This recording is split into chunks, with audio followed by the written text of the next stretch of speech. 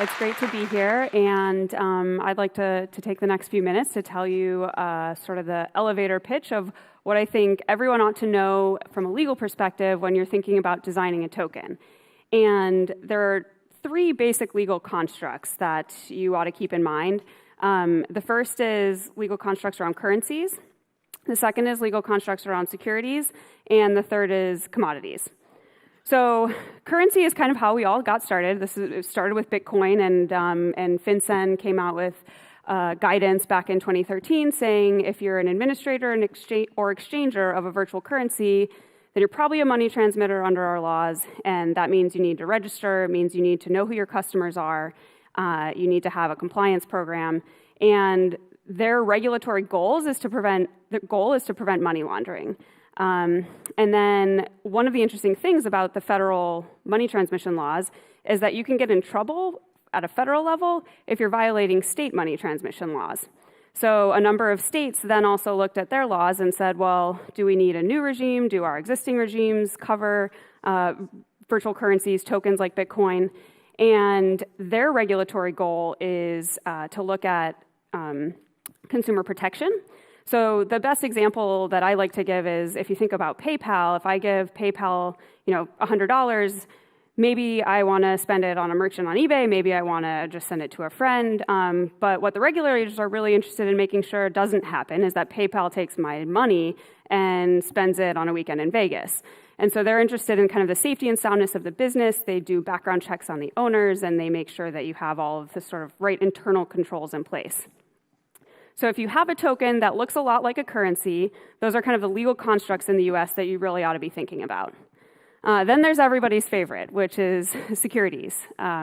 It's probably not a secret to most people in this room that the big test out there for whether or not your token might be a security is the Howey Test. And the Howey Test asks whether or not something is an investment contract. And this is the sort of amorphous, we have some enumerated, this is a security, this is a security, this is a security, and then there's investment contracts. And it's sort of this other bucket of securities that we don't know what else to do, how else to define them.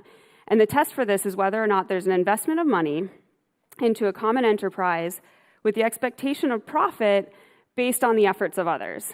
And in the token sale space, especially in the ICO space, we actually see a lot of this, or we see something close to a lot of this. And we see a bunch of people putting in a bunch of money, and it doesn't matter, by the way, whether it's dollars. You can't say, well, I'm using Ether, I'm using Bitcoin.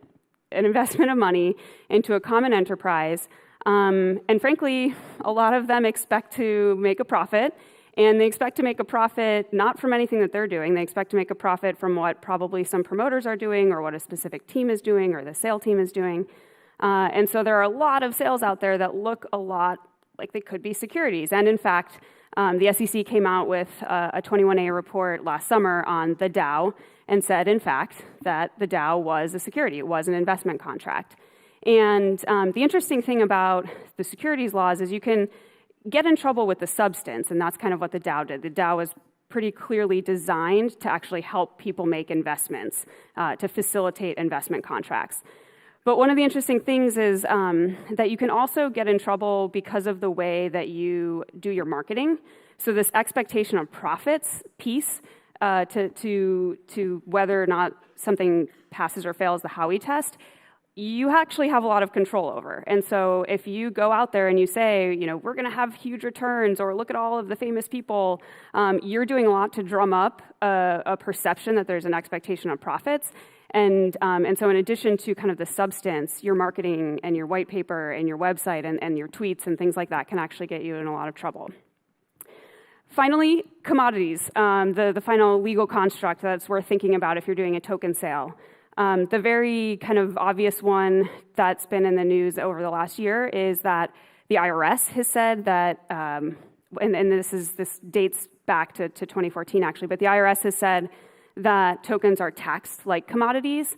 And the other really interesting thing about commodities laws and how they impact token sales is that if you are doing some kind of pre-sale, that may end up being a CFTC regulated commodities transaction in the event that you are actually selling a digital commodity. So if I'm selling a token and it actually is a commodity, it's not a security, but I'm not going to give it to you till 6 months down the road, then that's probably some kind of futures or swap type of contract.